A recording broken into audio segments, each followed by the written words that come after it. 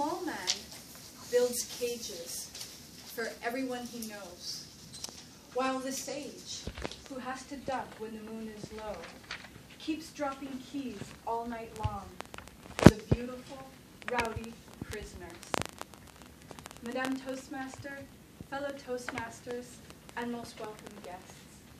This poem by 14th century Sufi poet Hafiz is one of my favorites.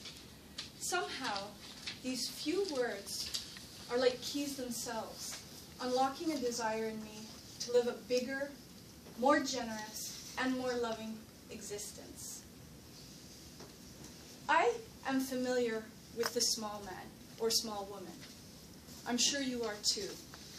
The one who builds cages, who confines, judges, the one who tries to make everyone small in an attempt to feel big. Fortunately, I have also come into contact with the sage, the one who has to duck when the moon is low.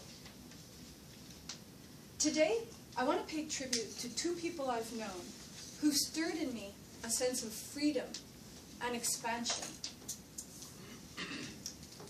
The first person I met when I was in a crossroads in my life.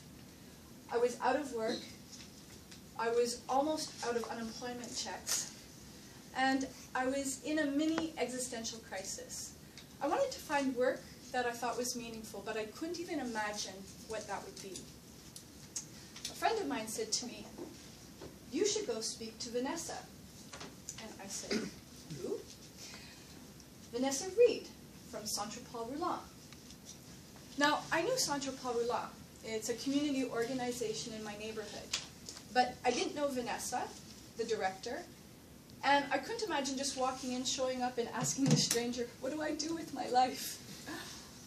But then, serendipitously, another person said, "Oh, you should try volunteering at Centre Paul Roulant." So I took that as a sign, and I did start volunteering there, which eventually led to working there. And when I got to know Vanessa, I understood why someone would suggest speaking to her. Vanessa was an ideas person, a connector of ideas, a practical idealist. She was interested, curious, and through her questions alone could draw out a world of potential that you didn't even know you had inside.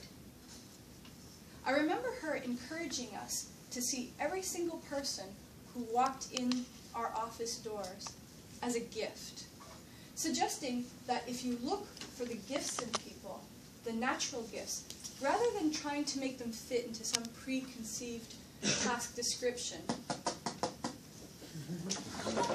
magic happens. My job title at Centre Paul Roulant was client manager. And I was responsible for the flow of communication between the kitchen staff and volunteers and those who received our Meals on Wheels service. And I loved it. But I was also really passionate at that time about dance. This was my gift. And a space was made for it. I taught volunteers salsa during our volunteer appreciation nights. I choreographed dance routines for big fundraisers. And I connected on a little deeper level with some of our Meals on Wheels clients who shared my love of dance. It was wonderful. Eventually, some of the volunteers suggested that I organize some more formal classes outside of Centre Paul Roulant, which I did, and which ultimately led to me leaving Centre Paul Roulant to open my own dance studio with my dance partner, Alain. This was a dream, but I doubt it would have been possible if I had worked for the man, if I had worked for the small man. Luckily, I worked for the sage, and magic happened. But magic didn't just happen for me. It happened for every single beautiful, rowdy person that walked in that door. Being seen as a gift is validating, liberating, and ultimately benefits the whole community. The second person I want to tell you about, I also met through Centre Paul Roulant, a volunteer named Hannah Jenkins. Hannah was just about 10 years old when I met her, but despite her young age, she was insightful, mature. She was humorous, spontaneous, honest, and very, very kind. She had an infectious sense of fun and play. There was something about being around Hannah that just made the world bigger. Sadly, just over a year ago, 2 months before Hannah's 20th birthday, she passed away, tragically and suddenly. The packed reception hall at her celebration of her life, and the outpouring of love and communication on her Facebook page that continues till today, is a testament to the impact her short life had on everybody who came into contact with her. One of Hannah's gifts were her words, which also were like keys, opening doors to previously unimagined possibilities. I share these musings with you today of these two women in hopes that I can transmit even a whisper of the inspiration that echoes through my soul. And I'll leave you with an email that Hannah wrote to her friend just months before she passed away.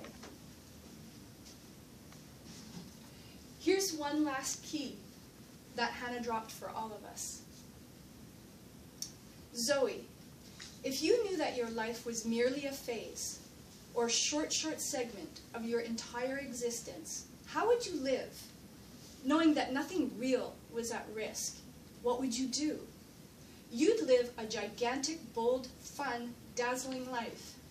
You know you would. That's what the ghosts want us to do. All the exciting things